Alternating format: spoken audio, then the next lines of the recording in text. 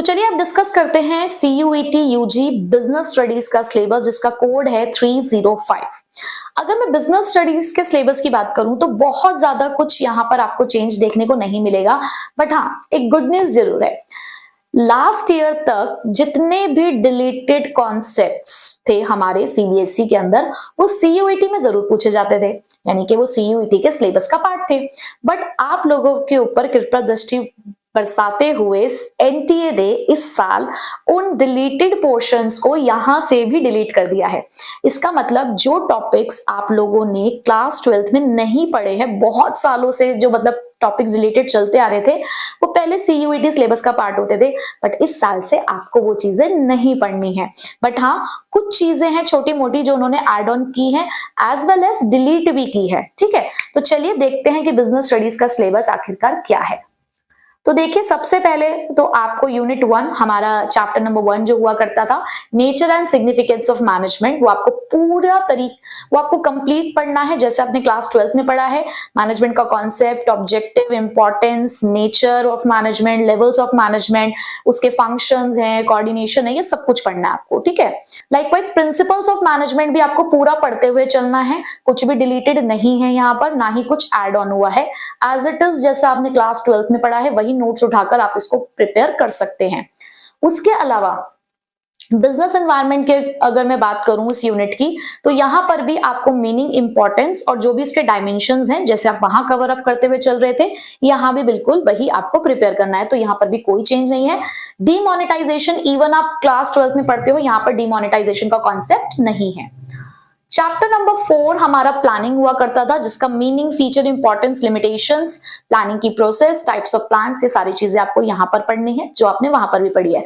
तो अभी तक 4 चैप्टर अगर मैं देख रही हूँ तो कोई चेंज यहाँ पर नहीं हुआ है। 5th चैप्टर हमारा ऑर्गेनाइजिंग, मीनिंग पढ़ना है, इंपॉर्टेंस पढ़नी है, स्टेप्स पढ़ने हैं, स्ट्रक्चर पढ़ने हैं, functional, divisional, formal, informal organisation पढ़ना है, डेलीगेशन, डिसेंट्रलाइजेशन और उनका डिफरेंस। यहां पर भी कोई चेंज नहीं है, एज इट इज आप पढ़ेंगे, यानी कि बिजनेस स्टडीज में आपको बहुत ज्यादा प्रॉब्लम नहीं आएगी। स्टाफिंग के अंदर अगर मैं बात करूं तो यहां पर need, importance of staffing, staffing is a part of HRM, recruitment के मीनिंग, उसके दोनों सोर्सेज इंटरनल और एक्सटर्नल, सिलेक्शन भी पढ़ना है, meaning process, training and development. Yes, यहां पर आपका एक चेंज है कि ट्रेनिंग एंड डेवलपमेंट की आपको मीनिंग, नीड, मेथड पढ़ने हैं। अब मेथड के अंदर आपने क्लास 12th में सिर्फ 4 ही मेथड्स ऑफ ट्रेनिंग पढ़े हैं, बट यहां पर आपको CUET के लिए उसके जितने भी ऑन द जॉब और of the job methods of training है वो आपको सारे ही प्रिपेयर करने होंगे। ठीक है, तो यहां पर सबसे पहला एक हमारा एड ऑन कॉन्सेप्ट आया है which is on the job end of the job methods of training. ठीक है, तो लिखते रहेंगे तो आपको आसानी रहेगी कि आपको पता होगा कि आपको एक्स्ट्रा क्या पढ़ना है। ठीक है, उसके बाद डायरेक्टिंग, डायरेक्टिंग के अंदर भी एक चेंज है। हम लोगों ने डायरेक्टिंग का सिर्फ मीनिंग, फीचर और इंपॉर्टेंस पढ़ा है, बट यहाँ पर आपको प्रिंसिपल्स ऑफ डायरेक्टिंग भी पढ़ने होंगे। और हमने क्लास 12th में सुपरविजन का कॉन्सेप्ट बिल्कुल नहीं पढ़ा, बट यहाँ आपको सुपरविजन का कॉन्सेप्ट पढ़ना पड़ेगा, उसकी मीनिंग, उसका मीनिंग और उसकी इंपॉर्टेंस। उसके बाद मोटिवेशन, जैसे आपने क्लास 12th में पढ़ा उतना ही पढ़ना है।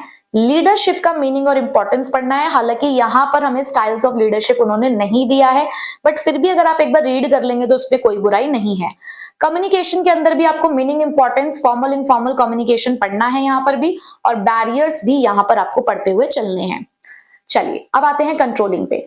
कंट्रोलिंग के अंदर मीनिंग, इंपॉर्टेंस, रिलेशनशिप और प्रोसेस ऑफ कंट्रोल, तो ये आपने क्लास 12th में भी एज इट इज पढ़ा है, तो बिल्कुल ऐसे ही पढ़ना है। तो अभी हमारा पार्ट 1 खत्म हुआ बिजनेस स्टडीज का। तो इसके अंदर अगर मैं कहूं कि क्या चेंज है, तो सिर्फ स्टाफिंग और डायरेक्टिंग वाले ही 2 चैप्टर्स है जिसके अंदर आपको यहाँ पर चीजें एड ऑन हुई हुई दिखी हैं। ठीक है, उसके बाद आते हैं अपने नेक्स्ट चैप्टर की तरफ जो पार्ट B हुआ करता था हमारा, बिजनेस फाइनेंस। अब बिजनेस फाइनेंस का आपको पढ़ना है मीनिंग, रोल और objectives of financial management, financial planning, meaning, importance, capital structure का मीनिंग और फैक्टर, और फिक्स्ड और वर्किंग कैपिटल के भी मीनिंग और फैक्टर्स अफेक्टिंग। अब यहां से आपको एक खुशखबरी फिर से मिली कि इसका मतलब जो फाइनेंशियल डिसीजन के 3 टाइप्स थे उसके फैक्टर्स अफेक्टिंग थे वो आपको यहाँ पर नहीं पढ़ने हैं, क्योंकि कोई भी यहाँ पर इस तरीके से मेंशन उन्होंने नहीं किया है। ठीक है, नेक्स्ट एक और गुड न्यूज, फाइनेंशियल मार्केट वाला चैप्टर जो लास्ट ईयर तक आया करता था इस साल उन्होंने फाइनेंशियल मार्केट को भी यहां से कर दिया है डिलीट, तो फाइनेंशियल मार्केट का चैप्टर आपको यहाँ पर नहीं पढ़ना है। उसके बाद हमारे पास आया हमारा मार्केटिंग चैप्टर। इसके अंदर कुछ चेंजेस हैं, कुछ चीजें ऐड ऑन हुई हैं। मार्केटिंग पढ़ना है मीनिंग फंक्शंस के साथ, बट रोल भी पढ़ना है अब यहाँ पर आपको मार्केटिंग का। अब तक आपने रोल ऑफ मार्केटिंग नहीं पढ़ा है, लेकिन अब आपको सीयूईटी में पढ़ना होगा, तो लिख लीजिए कि रोल ऑफ मार्केटिंग आपका ऐड ऑन हुआ है। मार्केटिंग और सेलिंग का डिस्टिंग्विश भी अगर मैं सीबीएसई करिकुलम की बात करूं तो उसमें नहीं होता है, बट स्टिल आप लोग यहाँ पर पढ़ते, बट स्टिल कई बार हम लोग उसको पढ़ते हुए ही चलते हैं, तो आप इसको ऐड ऑन कर लीजिए कि फिर भी अगर आपने नहीं भी पढ़ा है तो अब आपको उसको पढ़ना है। मार्केटिंग मिक्स में कॉन्सेप्ट और एलिमेंट्स तो हम सारे ही पढ़ेंगे, 4 P's ऑफ मार्केटिंग मिक्स हमें पढ़ने ही है, बट यहां पर प्रोडक्ट का नेचर, क्लासिफिकेशन भी पढ़ना है ब्रांडिंग, पैकेजिंग, लेबलिंग के साथ साथ। हम लोगों ने नेचर और क्लासिफिकेशन नहीं पढ़ा है क्लास 12th में, अब हम पढ़ेंगे। फिजिकल डिस्ट्रीब्यूशन के अंदर हम लोग सिर्फ types of channels of distribution पढ़ते हैं या उसके कंपोनेंट्स ऑफ फिजिकल डिस्ट्रीब्यूशन पढ़ते हैं। यहां अब हमें factors determining choice of channel of distribution वो भी पढ़ना है, तो ये एक चीज ऐड ऑन हुई है। प्रमोशन के अंदर भी प्रमोशन मिक्स के सारे एलिमेंट्स हम लोग पढ़ेंगे, बट यहां पर अब हम objection to advertising, role of advertising and personal selling ये भी पढ़ेंगे। और प्राइस के अंदर तो जितना हमने क्लास 12th में पढ़ा फैक्टर्स अफेक्टिंग प्राइस डिटर्मिनेशन, वो हमें पढ़ते हुए चलना है। तो इसका मतलब हमें मार्केटिंग वाले चैप्टर में भी मेजर चेंजेस देखने को मिले हैं। यहाँ पे कुछ कॉन्सेप्ट्स ऐसे हैं जो एड ऑन हुए हैं, ठीक है। Next, consumer protection. Consumer protection में कोई चेंज नहीं है, वही आपको इंपॉर्टेंस पढ़ना है, राइट्स पढ़ने हैं, रिस्पॉन्सिबिलिटीज पढ़ने हैं, वेज एंड मीन्स पढ़ने हैं आपको कि किस तरीके से आप अपनी प्रॉब्लम का सोल्यूशन निकाल सकते हैं, एनजीओज का क्या रोल है, वो सारी चीजें आपको यहाँ पर पढ़नी है।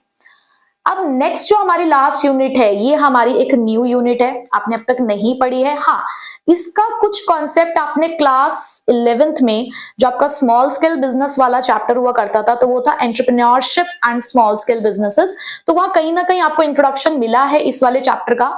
तो ये एक आपके लिए एक नई चीज है जो आपको यहाँ पर पढ़ते हुए चलना है कि आपको ईडी पढ़ना होगा, उसके कॉन्सेप्ट्स, फंक्शंस, नीड, एंटरप्रेन्योरशिप के कैरेक्टरिस्टिक्स, कॉम्पिटेंसीज, प्रोसेस पढ़नी होगी आपको ईडी की, एज वेल एज उसके वैल्यूज, एटीट्यूड, मोटिवेशन, उसका मीनिंग और कॉन्सेप्ट, ठीक है। तो this was all about our business studies syllabus for the CUET UG 2025। तो आई होप कि आपको सिलेबस तो पता चल गया है, आउटलाइनिंग आपकी हो चुकी है, आपको ये पता चल गया है कि आपको क्या क्या टॉपिक्स हैं जो ऐड ऑन हुए हैं और क्या टॉपिक्स हैं जो डिलीट हुए और किस तरीके से अब आपको उसको कहां से पढ़ना होगा, ठीक है।